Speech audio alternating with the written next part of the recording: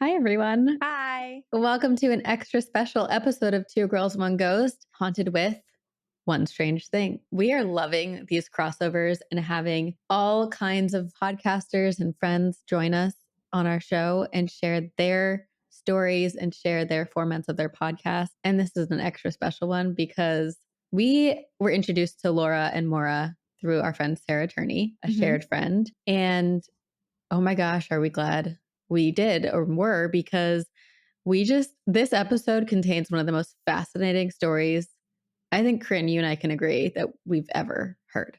I would barely even know what to say. Words. What even are they? Yeah. It's a story where you're going to have so many different theories pop into your head. And it's just a mystery to figure out what exactly happened at this very special haunted house, which Laurah and Maura have spent years trying to figure out.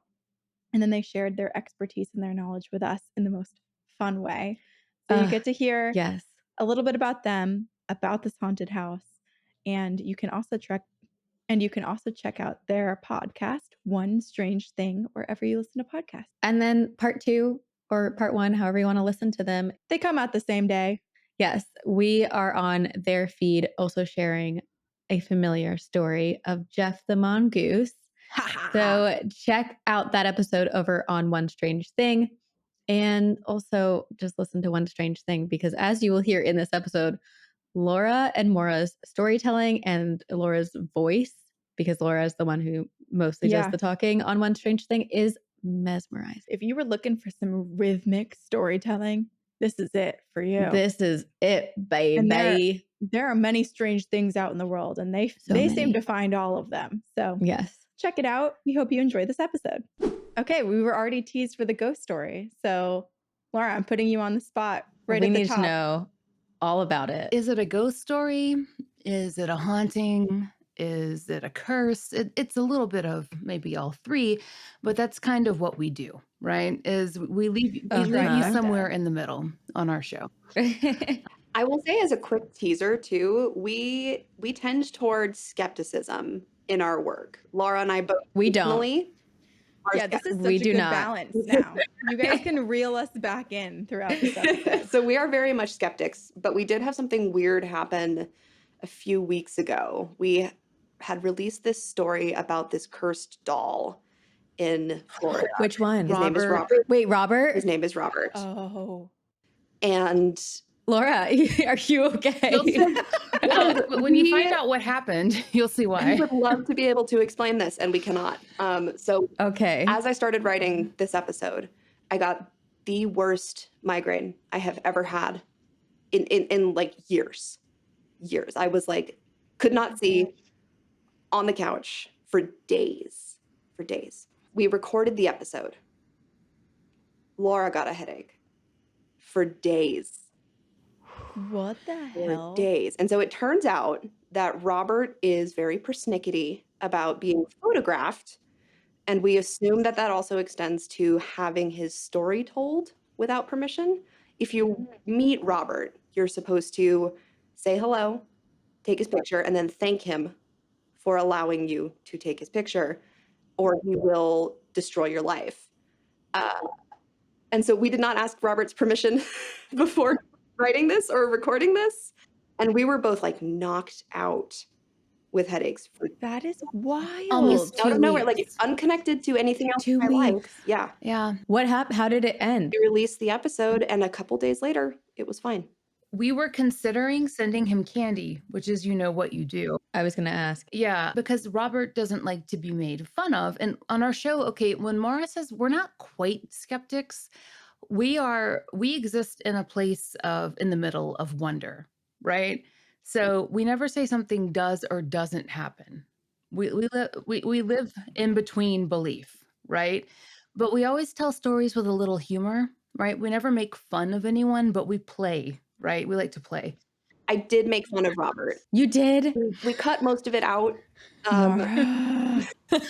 What did you do? What did you say? She made repeatedly apologies in advance to Robert because I'm just repeating my past mistakes. This is not how I feel about it. I did call him ugly repeatedly.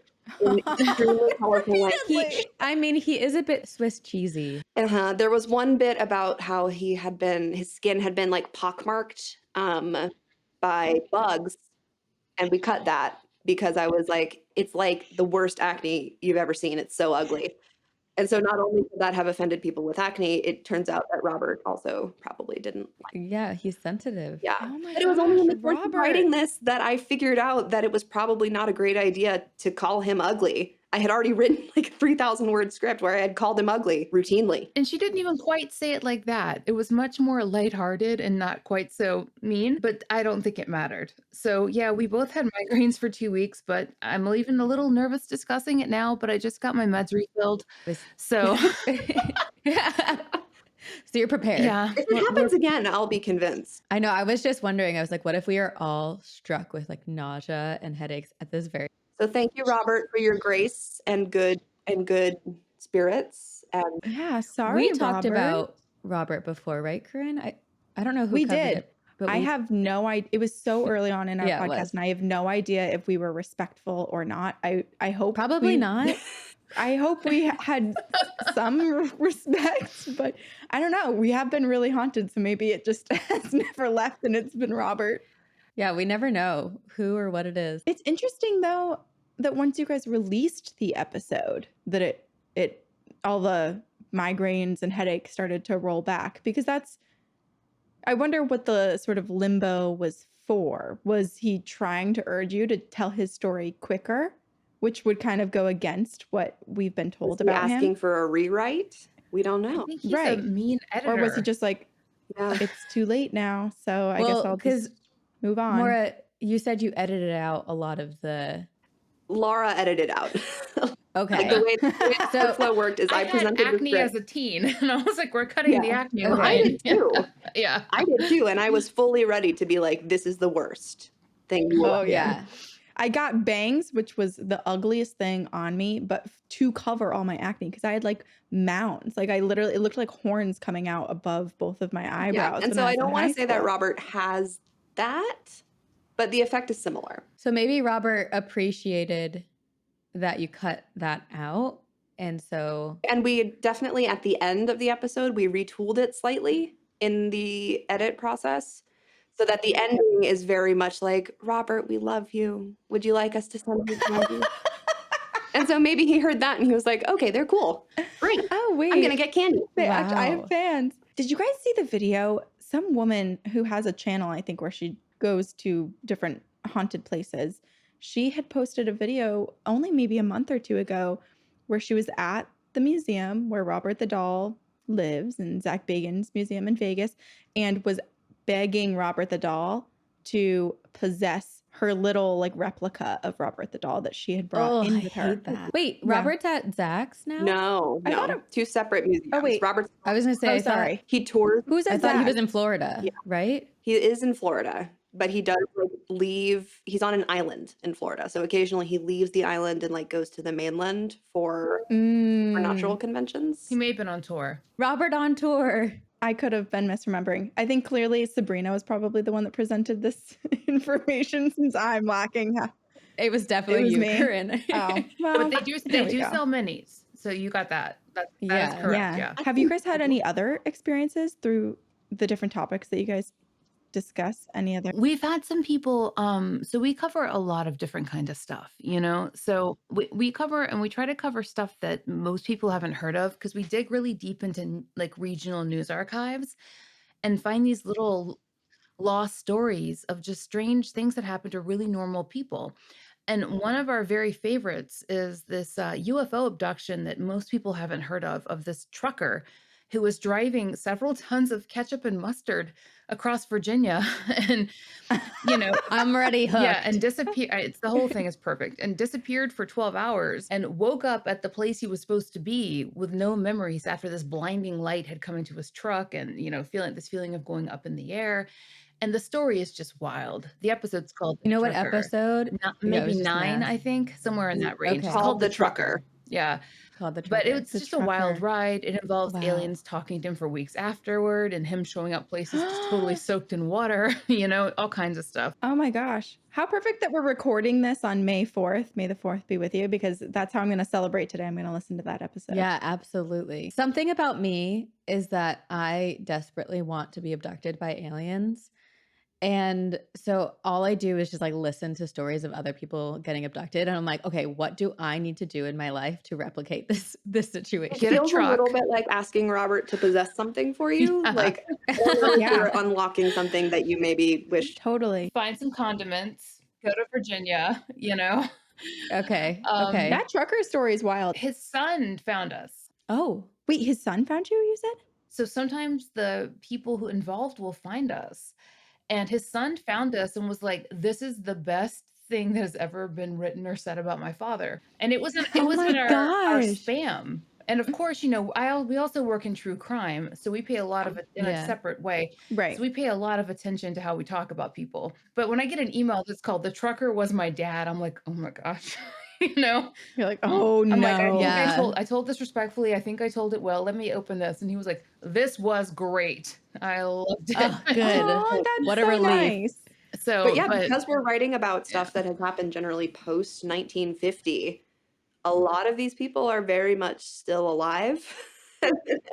And if they listen to podcasts, they stumble upon us occasionally. I have two questions. One, well, I forget my second one. Uh, I will let you know if I think of my second one. But how did you both get into the strange and unusual? Has it been a lifelong interest, or how did you find yourselves here? Do you want to tell the story of how the show started? Because like, You can tell that story, and I can explain how I was raised. so honest. So I mean, I found the X-Files as an early teen. And that was sort of my first foray into the genre. I was not raised especially superstitious. I was not raised by people who are interested in the idea that aliens walk among us or anything like that. So it's really been a more like in the context of fiction interest for me. And only now am I sort of realizing that there may be more credence to that sort of thing than I thought. But the show started because Laura and I in September, it was really more like early summer of 2020. So the pandemic had been going for a couple months. We were working together on the Fall Line, which is strictly like hyper researched, hyper ethical true crime. And we were looking for sort of a creative outlet so that we didn't go insane. Right, because there was so much heaviness in the topics you were discussing. So we wanted to do something fun and humorous and like fun to produce and fun to make, and that hopefully would help other people have a little fun too, because it was such a terrible, can we curse on your show? It was super shitty. Like it was a terrible, shitty, awful time. And so we had sort of been kicking around the idea of doing another show for a bit, but we settled on what if we look for actual instances of the bizarre and the supernatural, and we present them in a way that is both straight-faced, but also like with a wink and a nod. And so the first episode we did, and we didn't know if it would go anywhere, we didn't know if it was the only one we'd ever do, was about this ring that a high school sweetheart couple had exchanged, a class ring.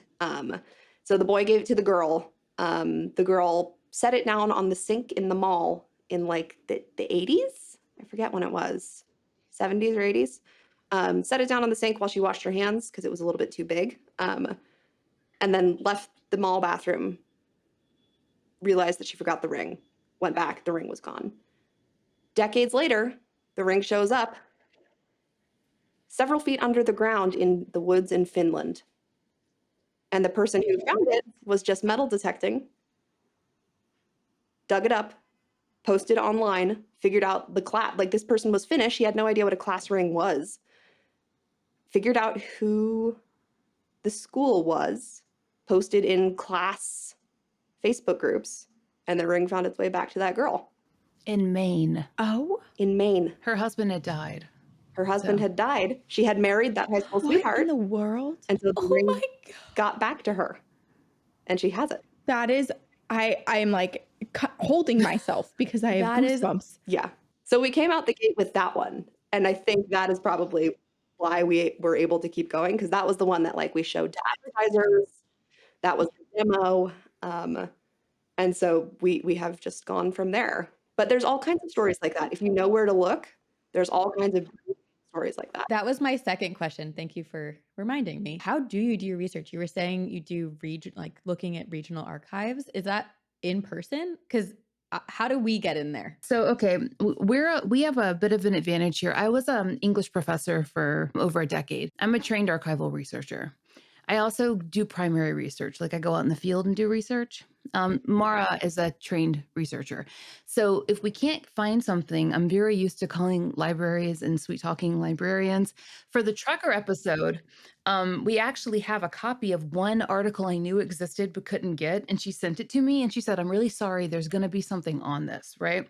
And I thought it was going to be like coffee or something. No, someone had snuck into the library and put a giant stamp of a UFO across the entire thing. So there, I have a picture. I can send it to you. This huge stamp someone had put across it, like someone's like, "This is what I'm doing today," in like 1984 or something.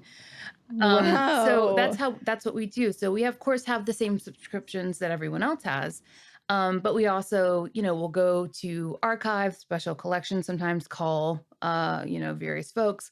Oftentimes I'll get on Ancestry and do stuff, and we have just, connections from our lives being researchers in true crime as well. So I hope you understand that by telling us this, you two are now going to become our resources. oh And yeah. when we Yeah, can't have you find ever heard about something, this or yeah. that? Oh yeah. Laura, you should definitely talk about the lizard man as your origin story, Well, I'm because going, yeah. it's delicious. I also want to add, guys, public libraries, and this is for all your listeners too. Librarians love to help. Especially they love to find hard to find stuff. Call special collections. Like if you have a date range, they will help you. We just recently started getting more into that, but because we have, 2 episodes a week, we're like, okay, how do we start researching months in advance so we have the time to do all of that rather than researching a week before we record, because that limits the amount of time you have. And I'll say too, like, it's not just Laura and I doing all of this. We have a team of research assistants who generally also work on the fall line. But one of their homework assignments is to sort of always be searching for keywords like aliens or paranormal or unexplained or whatever in newspaper archives. And then they pull screenshots, and we have these, 100-page long Google Docs where they're just pooling stuff for us. Team sounds way you're making Sabrina sound like this is something that can easily happen. These are a couple of my old students, mostly Sabrina, who like Okay. work for us on a very part-time basis, a couple hours a month to pull things. But you could totally do that. So don't think you have to have like a team, right? I So mean, if it's a team of doing yeah, stuff that we don't personally have to do. yeah. Yeah. I just So don't want her to think that Yeah. she has to like go assemble like a Marvel team. 40 hours a Massive. week. Oh, I'm Yeah. for sure Of you- about to assemble a Marvel team. A couple of grad students who know how to do research and have access to a college library because they have all those subscriptions that are extra. Oh. Yeah, and they can go in there and do a little Mm, searchy for you and smart. pull some articles. I feel like this episode has become not only a get to know you and hear all of your spooky stories, but it has also become a business lesson for Corinne and I. Yeah, we're learning. Yeah. We're happy to learn from you guys too, because I think you're really, really good at the like interacting with people and like remembering to have visuals. this show is and- very carefully constructed so that Laura and I only ever have to talk to each other. yeah, which we need to remember to stop doing and actually like talk to listeners. You know? Well, how lucky are we that we got to pull you in to this Yeah. with us I'm You are today? very first excited to do foray. it. Okay, wait, what is the lizard man? Oh, Yeah. okay. So you have to understand that I was raised by a benign conspiracy theorist. Okay. And by that, I mean like not the one who's like the government, but the kind who's like aliens. Do you know? Like my mom. Oh, that's us. Yeah. My us. mom believes in ghosts. My mom believes in Bigfoot, like intensely. Right. Oh, Y'all would My- love her parents. Yeah. My mom. Yes, let's have them on next. My Can we dad's phone a friend? Can we bring her in right now? I would love it. My dad's along for the ride, okay? But my mom even will believe in like the ones where you're like, really, like the Loveland Frog. She's like, maybe, maybe the frog, That's you Corinne. know? That's me. So I'm like, who's to say it's not? If we have no proof that it's not. that's my mom. And so I was a really little kid in the late 80s in South Carolina. And that's where the accent comes in. When the lizard man panic struck. And this is the most famous cryptid in South Carolina. And he was spotted by a teenager, and he was just running amok about 2 or 3 towns over. We moved a lot. So, and my dad was a newspaper reporter at the time. So he didn't get to cover that because he was on investigations, like serious investigations. But there was like these, you have to Google it because the poor teen who saw him did like a sketch. And it looks kind of like that leprechaun sketch if you've seen it, of yeah, like that. But the lizard man was coming out of the swamps and attacking not people but their cars, like chasing cars and like ripping parts of cars off, and like it was just this huge month or two long cryptid panic happening in this really small area of South Carolina. And just was this huge thing. And there was, documentary crews, and now they have a lizard man festival. And it's become this giant South Carolina tale. And it's kind of a really original and interesting cryptid. But I actually got to be there when it was happening, except I was so little that I didn't really understand what was happening because Z was on TV at the same time, which was a really weird TV show about aliens, because I was like well, it was really long time ago. It was basically people wearing human suits and eating rats and stuff. It was too scary. I wasn't allowed to watch it. But there was ads on TV at the same time, and I was like blending all this stuff together, and I was like, all right, well, all this is real. And so Yeah. it just kind Were you scared? You were so young. I was just confused. And my mom, of course, would talk Yeah. about this stuff with absolute authority. She's like, Uh-huh. not like, look at this crazy zany stuff. She's like, there's a lizard man on the loose. But then, which is interesting because at a young age, I feel like, I mean, Corinne and I talk about this a lot. When kids are experiencing this and their parents are accepting of it, they know no different, which is I appreciate, because then it's like a child doesn't feel like they are doing something wrong or like they're crazy for having these experiences. And then it sounds like, Laura, it just became part of your everyday life. It did. And my mom was always seeing UFOs and saying they're spirits and stuff. And I, of course, was the very logical child. And I was like, I don't know about that.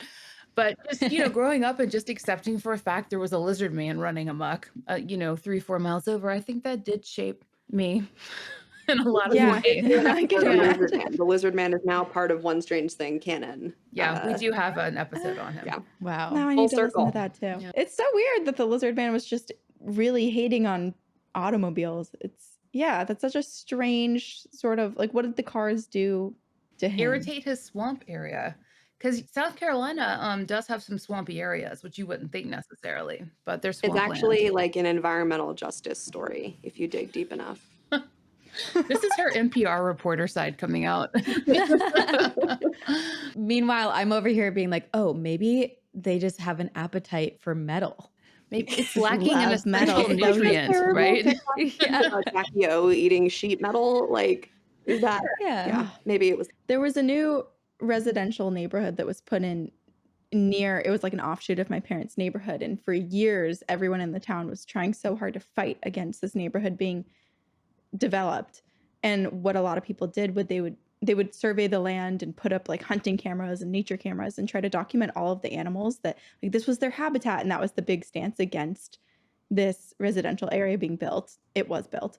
But I love the idea that this lizard man could be used as an argument to protect the swamps. Like, that's incredible. Like, there are regular frogs, and then there's also this giant frog lizard man who lives here. I love that. I want to be in that room when someone presents that. No, we love the lizard man. We tend to take a really favorable stance toward cryptids. Like, the cryptids can do no wrong. Us too. Yeah. All right, we're all in the right place here then, I guess. One of our merch shirts is Bigfoot is my boyfriend, because despite Corinne getting married at the end of this month, she has a side piece and it's Bigfoot. As you should. I feel like you should allow room for that. Yeah. It's a hall pass. If you're going to have a hall pass. I just want to, I'm waiting for my own Bigfoot hunting show to happen. But what would you do if you found Bigfoot? Probably perish on the spot from excitement, heart attack, I don't know. He smells though too, so you might faint just from the smell. I would hope you at least get to like hold hands. Yeah, I agree. I agree. Sabrina once asked me, she said, if Bigfoot was just like an actual creature that we all got to know and he started his own foot fetish OnlyFans, would you join the OnlyFans? And I was like, I wouldn't, because we would be thick as thieves. Like we'd be friends and I'd see those little hairy niblets every single day. Like I I don't don't Yeah. need to need pay for that, I don't need to pay for a subscription. but I wouldn't shame I you got either. early access. Well, Bigfoot, if you're out there, we support you. We love you. Just like how Sabrina's been asking aliens to abduct her for years, I feel like I've been very favorably speaking about Bigfoot. So if he hasn't heard me yet, I don't know if the Bigfoots will ever come for me, but They're waiting for the right I'm time. ready. Yeah. Okay, so Laura has the lizard man, Sabrina has the alien, I have the Bigfoot. Maura, what are you drawn What to am I cryptid-wise? begging to have happen? I would love a ghost friend, I think. I would love to Oh. have like and we have stories like this. Laura, actually the script I sent you last night at an ungodly hour has a ghost like this, who's just friendly and wants to protect everyone and be friends. And maybe he follows you when you move out of the house because he's just attached. I think that would be marvelous. Just like knock something down and let me know that you're there. I think that's sweet. I'm all for it. We do have a ghost. His name is Sven. Well, okay. A listener named our spirit Sven. We also believe Sven encompasses many spirits. But Sven has been known to pay listeners a visit. I'm Yeah, you're begging. here, I so am begging. you'll get something. Well, we are so excited you're here because when we started talking about what this crossover would look like, you two mentioned a story that Corinne and I had never heard of. And we were like, we need to know everything. And it's been so hard not to look anything up about it because I'm we've proud of been you if waiting. you We want to be haven't. surprised. Yeah, we haven't. We've been waiting for you guys. We had some self-restraint, we're which eager. I'm proud of. I'm so Yes. proud. So I have so much material on this story. We had to like restrain ourselves. I'll just say as a preamble, I used to teach this in class. Wow, I wish I could have taken your class. It was fun. I had my students, I would give it out as a topic and I would have my students do as much research as possible to like, be like, true or false, like what could have happened. So it was fun. And this story actually started as an Instagram live during the pandemic. The first time we ever took it for a spin as like a show was Laura doing an Instagram live during the pandemic. And then we were like, Wow. we So cool. gotta write it. And so yeah, what you're about to hear is a very, very condensed version of events because there is so much. Do you plan on doing a longer, less condensed version of it in the future? We have one. It's sort of a different because it's a different take on it because on OST I narrate, it's a single narrator show, but we wanted to do it a little differently just to have fun with you guys. So Woo! Corinne and I will sit back. I have my coffee. I'm excited for a story. And please feel free to jump in if you have questions, comments, concerns, whatever. Okay. Okay. All right, Okay. here we go. So normally, Laura is the host and the voice of One Strange Thing, and I produce it. We both take turns writing the show, but because we're here, we thought it might be fun to tell the story together. It takes place in Laura's home city and my former city, Atlanta, Georgia. You might call this a ghost story or a haunted house story or a really, really creepy, unexplained event. We like to think of it as all three, so basically it's our favorite kind of story. This is the story of the Atlanta Bleeding House. Laura, set. absolutely. And I will give you our usual introduction to set the scene. On One Strange Thing, we search the nation's news archives for stories that can't quite be explained. This particular story first hit Atlanta papers in September of 1987. It's set in downtown Atlanta in a house on a residential street called Fountain Drive. And the Associated Press tells us that a retired couple named Minnie and Will Winston have been living in their home there for at least 22 years. Minnie was 77, Will 79. They'd been married for 40 years. They had a 6-room house, but it gave them plenty of space because their adult children had long moved out at that point. And at least 2 of their adult children still lived in Atlanta. Keep that in mind. They were happy, but unfortunately, Will was also suffering with an illness that he'd had for a long time. So, per the Associated Press, he needed daily dialysis treatments, which they were actually able to do at home. But the treatments really tired him out. So, most nights he would go to bed super early. His whole ritual was he would set the house alarm and then he would hit the sheets. But Minnie would stay up much later. She was kind of a night owl. And one of her favorite things to do was to take a late night bath. So on the evening Ooh. of, I know, right? I mean, same. On the evening of September 8th, 1987, which was a Tuesday, she was still awake at 11. She's like, okay, bath time. So she decided to set up her bath. She gets in the tub. She's enjoying herself. Totally normal Tuesday evening. At least it would have been, except for one strange thing. I have chills. When Minnie gathered her towel and got ready to step out of the bath, she saw a puddle on the bathroom floor. A red puddle, spreading quickly. Nothing had spilled. She wasn't injured. Instead, she saw what looked like a tiny geyser bubbling up from the pool. A pool spreading quickly across the bathroom floor, such a dark red that it was nearly black. She would later tell an Associated Press reporter, quote, "I didn't get scared because I didn't know where it was coming from. It didn't occur to her then that it might be blood. Why would it? True crime podcasts wouldn't exist for 30 years. Minnie knew she had to go get Will, but when she left the bathroom to wake him, she was met with another surprise. According to the UPI, she saw that 5 of the home's 6 rooms had been splattered in red liquid, concentrated, apparently, near the air and heating vents, but it was splashed across walls. Some spots would only be found way later, behind furniture or tucked into corners. Minnie woke Will, but he didn't have any answers. Could someone have snuck in and splashed paint or another liquid through their house? But Will had set the security alarm that night, as he always did, and it didn't go off. Per the AP, the Winstons called emergency services, who responded with a fire truck. The firemen took one look around, saw the red all over the walls, and radioed the police department. Officers saw no signs of a break-in, no evidence of a crime. The Winstons were uninjured, but the walls were dripping red. The police were concerned, as they should be, because it certainly appeared that they had a house full of blood on their hands, and blood has to come from somewhere, or rather someone. So samples were taken and sent to Grady Memorial Hospital for testing. In 1987, it was simple to determine if the substance was blood, and then to see if it was human. So that night, Atlanta homicide detective Steve Cartwright was in charge, which is lucky for us because he went on to write a book about this case and some other cases that he worked on. So we were able to read that whole thing and get some insight into his version of events. Wow. Yeah, I was like, handy. Thank you, Steve. Yeah. They all did But this. he said that when he talked to Minnie, he kind of grilled her about that red geyser.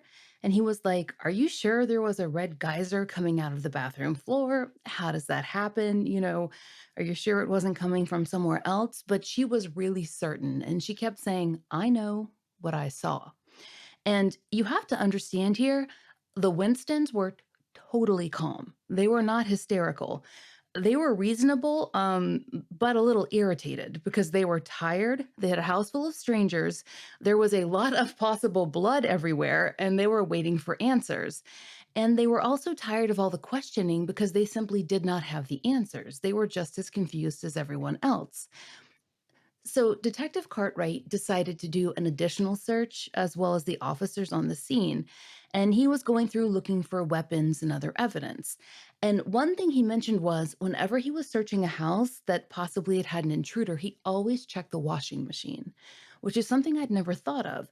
But he said people who were running through would often throw things in a washer or dryer because who would check there? Like a Oh, I weapon. was Oh. thinking someone was hiding I know, me themselves in a too. washer. I was like, To pop whoa, the out and get flexibility. Corinne, someone in the washer. But he said, I'm going to check my washer dryer I every night know. now because I'm scared. He said that's a great place to stash weapons, for instance, which is something I had never Oh. thought of. But when he went to go check the washer, he only found one thing, which were many slippers, which had red on them. And so he kind of came to her like, aha. And she was like, what? I had to walk down the hall to go wake up my husband in my slippers, which I was wearing when I got out of the bathtub. And there's blood all over the house. So I put them in the washing machine. So then he went outside and he found a broom that had a little bit of red along the bottom. He comes back inside with that. And I assume he said, aha. To which she said, well, the firemen can tell you I tried to sweep up the blood because it's a huge mess. And they told me I had to stop so that the cops could look at the blood. So those explanations were pretty simple. But you can kind of get the feeling from that that the police were trying to figure out what was going on because they never go straight to, something crazy. Meanwhile, while all of this is happening, the AGC reported that indeed the police verified it was human blood, not animal blood. And it sounds like so much human blood. A lot of it. Now, of course, it seemed like it had been perhaps sprayed, right? But they couldn't figure out like from where. Like it hadn't been sprayed like with a gun, like sort of paint gun. It looked like it had perhaps come up from like the HVAC vents in some way, but there was no clear way that it happened in the basement. So it was just really unclear where it came from. Can I ask one question? And maybe you will answer this, but did it appear to be blood from one single source, or were there multiple? We'll get there. Okay. Yeah. I will say that it seemed like it all entered the house around the same time, but it was in lots of different places in the house. Like it didn't just come up from the floor in the bathroom and then spread. That was one place, but then there are also other places in the house where it seems to have come, right? If that answers your question. So we have this blood spreading through the house, but we also have the story spreading all over the place, not just in Atlanta, but in other areas as well. Soon, people across the country were reading about this mysterious bleeding house, and they wanted to know if it was a stunt. They wanted to know why the Winstons had waited a little while to call police, because they did. And there was no real answer there, except that perhaps they didn't want to get a bunch of people involved. Maybe one other answer, but we'll get there in a minute. But as the days passed, simply no suspicion pointed at the Winstons rather. And here's why. Per the AP, the blood typing test came back as well.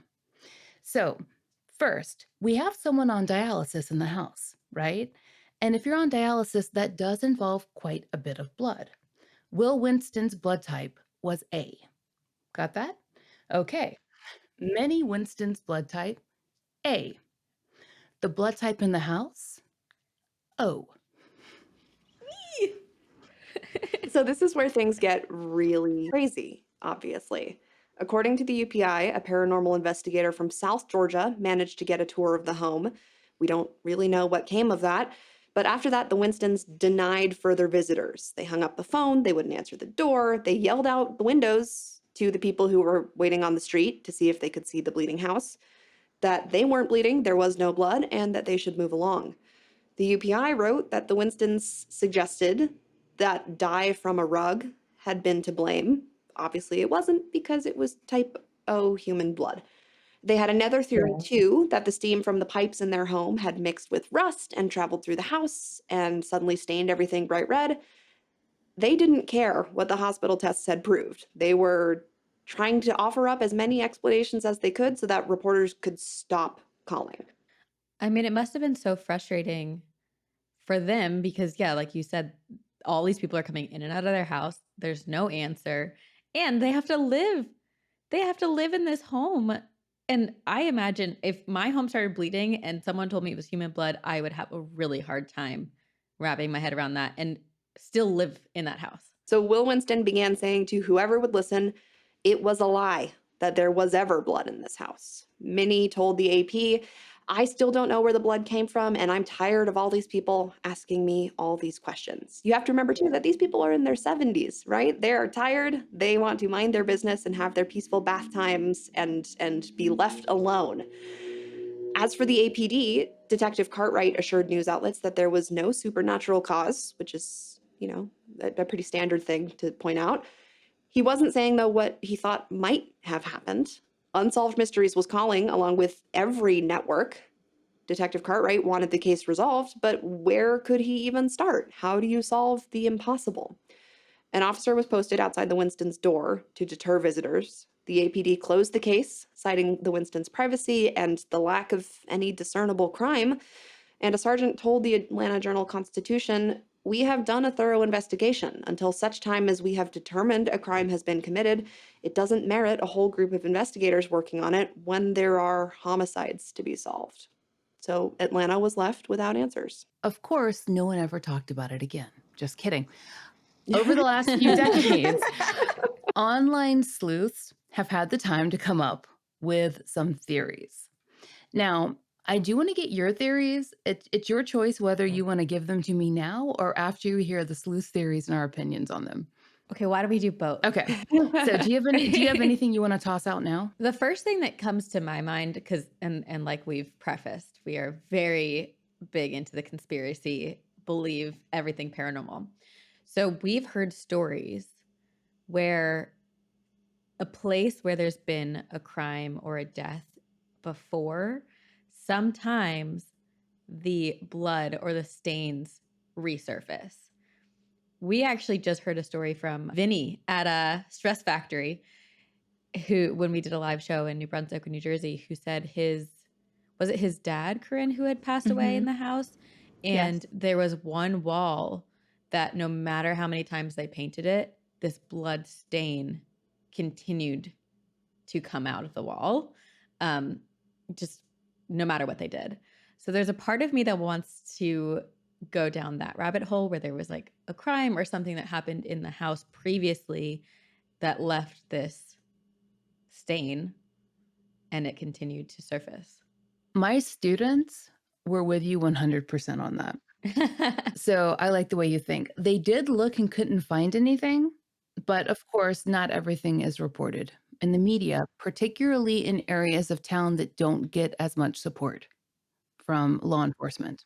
So I don't think we can prove it, but I don't think we can take it off the table either.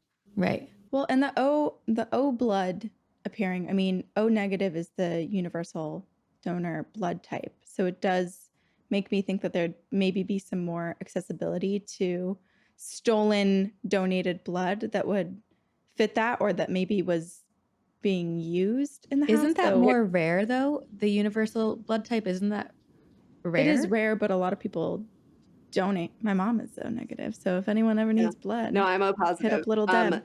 There is a reason coming up soon why blood was not as easy to steal then as it might hypothetically be now. I don't know how easy it is to steal blood now, but there's a good reason that We it would have won't been hard to find out. come by.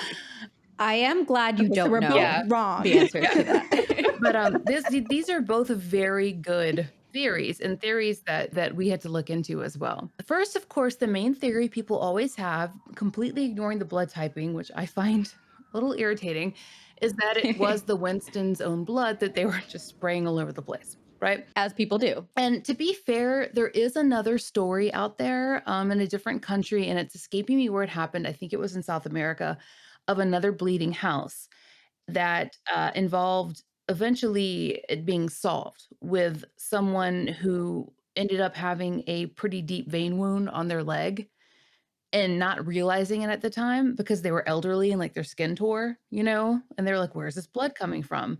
But the blood typing matched. That was the major difference there. And that's how they tracked it down. And was there a geyser of blood like that? That's a different thing too. Yeah, there was no geyser of blood in the floor, right? And so the blood typing is just not going to match there. Another thing is that, so with dialysis, your own blood is being cleaned. That's another thing for people to consider as well, with my understanding of dialysis, correct, Maura? Yeah. Yeah, you're not getting someone else's blood, your own blood is being cleaned. Transfusions would be not doctor, creative writer. Yeah. So please to correct if wrong, but I don't think you're getting a transfusion. I think your own blood's being cleaned. Some people said that, well, they still might have done it. But still I say, why, right? They didn't try and sell their story. They didn't want the media attention. They actually chased the media away. They turned down interviews. They turned down attempts at documentaries. They turned down attempts to go on the radio. They didn't even want to move. So they weren't trying to get out of a lease, right? They were pretty upset about the whole thing. And when we look at why they didn't call the cops right away, it turned out one of their children was actually on the Atlanta police force. And that is a Oh, pretty good reason why you might hesitate to immediately call the cops Yeah. about embarrassing your child with a spontaneously bleeding house, and probably also why they called the fire department first. mhm. So Yes. that all kind of comes together. So another theory people have had is, so what if it wasn't them? What if it was their landlord? What if their landlord was like, I need to get these people out. I want to sell this house, right? You got to remember, Atlanta is a very hot property now. It's expensive to live here now if you haven't lived here for a long time, like some of us have. But back in 1987, it was not a hot property. Atlanta, especially downtown Atlanta, was pretty distressed. The land was not worth a lot, and having in place good renters who paid their rent, were nice, quiet older people and had lived there for 20 something years. I mean, you want to keep them in place. You're not trying to get rid of them. The house is not going to sell for very much. The property value was something like $7,000. It was not very much money. So why would you want to, scare them out with the blood of all things, right? That seems more expensive than, trying to evict them. Yeah. So another take is that some people thought that the Winstons went out, procured blood, right, and sprayed it all over the house, not to get attention from the press, but because they were lonely and wanted their children to pay attention to them. There's absolutely no backup for that, except that I think it has some sort of poetic appeal to people. Like, we need our children to pay attention to us. Let's spray our house with blood and make up a blood geyser story. I mean, I think that saying, like, your dad's sick, we miss you might work better. I do like the creativity of that version of the Oh story. no, the house is bleeding. Please come visit your Like, parents. is Yeah. that something that like 80-year-old Sabrina would do? Mom's house is Totally. Honestly, I think 30-year-old Sabrina would do that too. come But it's come also quick, like, the house where's is the bleeding. progression of events too? Like you would assume that they would have tried some things ahead of time with their Like, kids and not just go straight to dumping blood and ruining their whole yeah, house. come Yeah. come over, we're having I mean, I might honestly, like, don't do this, but, like, maybe set a small fire first, something. Yeah, or just one room, Just a tiny one. not the Just whole a little house. fire. Even with all of these little scenarios, it comes down to the problem of getting the blood, which is what we wanna get into now. Mara's gonna tell you why it just wasn't gonna be something that was going to happen in 1987. Wait, can I present one more theory? Yes. Because you said it was coming, it appeared to congeal or show itself more around the vents. What if someone crawled in the house and died in the air ducts and or somehow was producing a lot of blood in the air ducts, and then when the air kicked on, it Or the all heat, yeah. forcefully splattered? You would But have like smelled decay, how much right? yeah. That's true. And also That's how true. much blood would be coming from one singular body. It feels like there was a lot. Yes. I did if it have was one some single person. students suggest that someone was spraying it into the HVAC system, which again does make sense, right? Or someone even crawling into it. So I don't think that's a bad theory, I just think they'd eventually, I mean, unless they were like, we're not calling the cops. I don't care if the house smells terrible. If they just Yeah. weren't Right. calling them again. And the forcefulness of the air that would have to project all of the blood everywhere, that also probably doesn't Well, yeah, because we had entirely pooling add up. and we had splatter, and this is something we get into in the Yeah. full version of the Mhm. episode. It's not a uniform spray pattern or anything. Right. And wouldn't there be guts and like other weird substances if there was a body in the vents? Just Probably. Also, this feels like a murder mystery party, and I'm having so much fun doing this.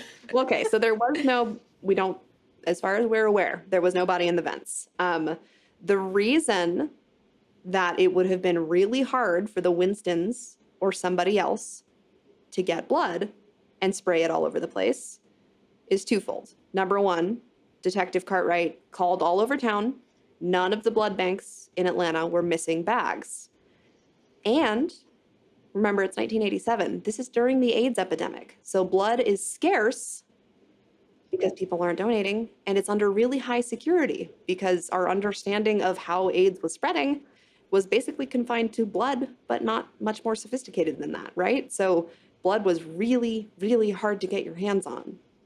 So a prank was possible, but the house alarm was set, and it would have been really, really hard to get blood. When Minnie saw the puddle in the bathroom, she had been alone in the bath. So where could it have come from? It could have come from the basement, right? Someone could have, stuck it up through the floorboards and tiles somehow, but it sprayed on the walls. It didn't seem like it was coming from the vents entirely because there was the geyser on the bathroom floor. And so naturally, people have turned to the supernatural explanation, right? According to the Winstons, they had never experienced anything like that. Nobody has come forward to say something violent or ghostly or otherwise otherworldly had occurred in the home. It seems like a normal house on a normal street. And even more than that, it seems that it was only that one single performance. So the house has not bled before or since. Not that the Winstons reported, because they continue to live there. And that house still stands today, and people still live in it. And it's still a rental to my understanding. So, obviously, if you live in Atlanta, don't Google it and don't go there. Don't bother anybody. But, it's still there. And if it has misbehaved again in these later decades, no one has been willing to admit it. So the story of the Atlanta bleeding house has not been disproven. And there's simply no logical explanation for the blood. See, I know you said don't look it up and don't bother anyone, but what about look it up and stay, monitor it in case it goes on the market again? And then there's a Watcher season 2 about you stalking these poor people in their house. I think that do you want to move? I think if the house is on the market and you tour it, that is absolutely legitimate. That's kosher. Yeah. Okay. Yeah. Thank you for the permission. I mean, I have done a drive. I've done a little drive myself. Just don't but not stop. in a creepy That's the way, right? rule. Like not Yeah. slowing to a crawl and Yeah. just No. Yeah, Right. just a Right. normal out the drive. window. Yeah, normal drive. I feel like this was a missed business opportunity for whoever owns that home that continues to rent it out, to not just make it a hub where people can come and do paranormal investigations and like try themselves to understand what could have happened by being within the walls. And I mostly say that because I want to go there. Selfishly. Yeah. We don't have Be many inside. here. Like this would be, this is not Savannah, so we don't have the Right. same kind of Mhm. haunted attractions here. People will come though. They would. I'm curious. I would come. I would too. I'm so curious if there was something specific about that day that it happened. The date, what, I don't know, importance it might have in history or historically on that land specifically. I don't know, but it makes me think of other stories we've read or we've heard where it's like XYZ terrible thing happened here on this day many, many years ago. And for some reason, it has resurfaced. That would be interesting to look into. It's a good question. And Atlanta does have a storied history of awful things happening there. The stories of ghosts that do exist are often very much Civil War related, right? The burning of Atlanta during the Civil War by General Sherman. There's a lot of lore potentially.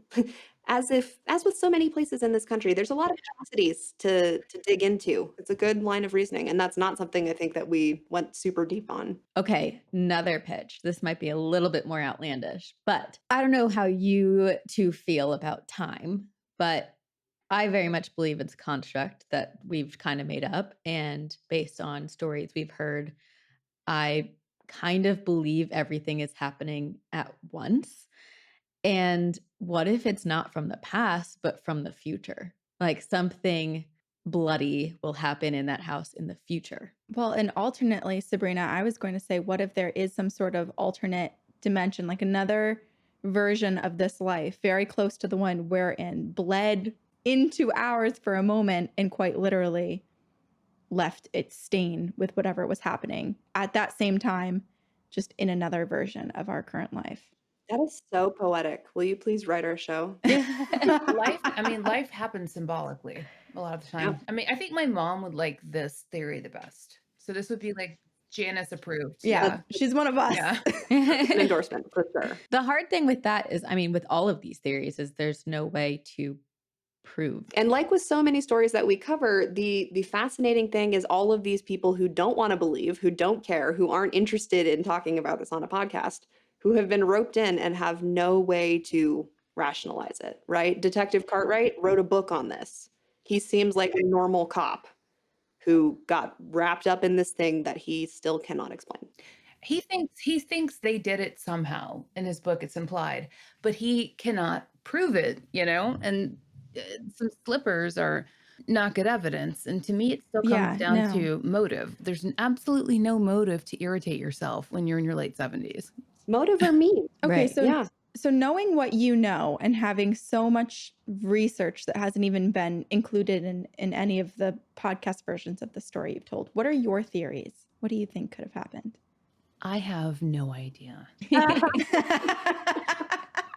And I usually have a pretty good idea. Mhm.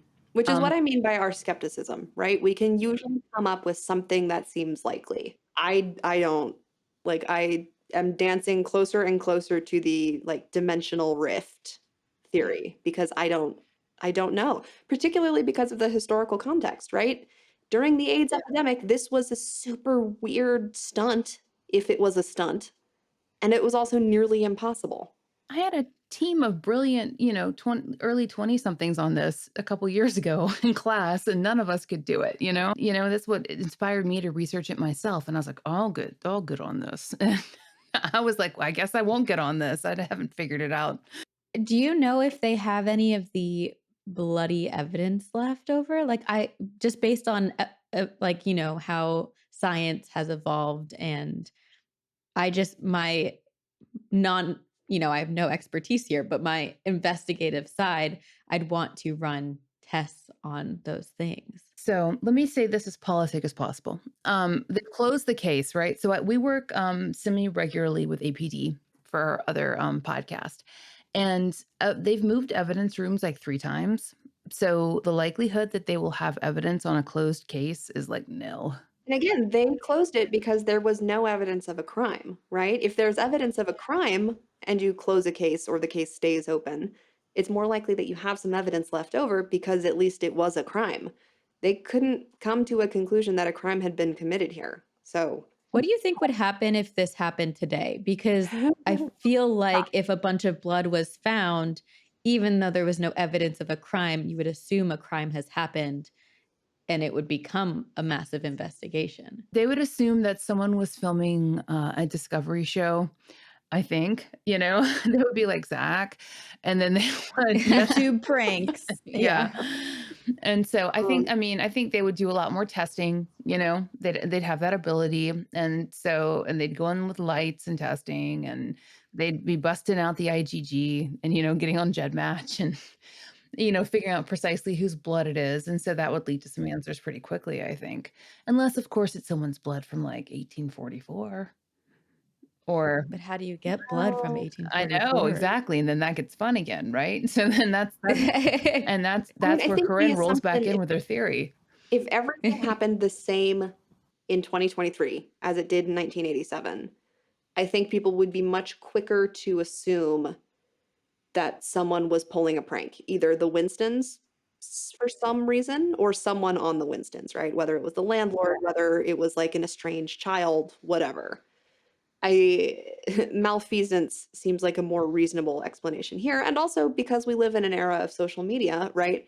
The notion of having done this for attention is much more realistic, right? Because there are many more people in Atlanta now than there were in 1987. There are many more cameras in people's pockets now than there were in 1987. I think like the idea of it having been done for the sake of spectacle makes more sense now than it does for two people in their Yes. 70s. And their land's worth a Right. ton now. Yeah. That's a big thing too, like, so any of the above. So the fact that it took place in 1987 is kind of perfect in a lot of ways in terms of the mystery. This is blowing my mind. I'm like my mind went to vampires at one point when you I were know, talking mine about this, and I'm like, too. how did I even get there? Like the geyser of blood is what is taking me away from a lot of the theories too, because how do you explain that? It kind of makes me think of Monster House a little bit too, like the house is alive. Mm-hmm. Mm-hmm. It does feel like the house is remembering something. I keep going back to that too. So that's as close as I get to some sort of time thing. Wow. So this is incredible. we're glad you liked it. If you want to hear the longer version, we have it out there, but It's on our feed. we like a good mystery. So it's why we like Yes. talking to you guys.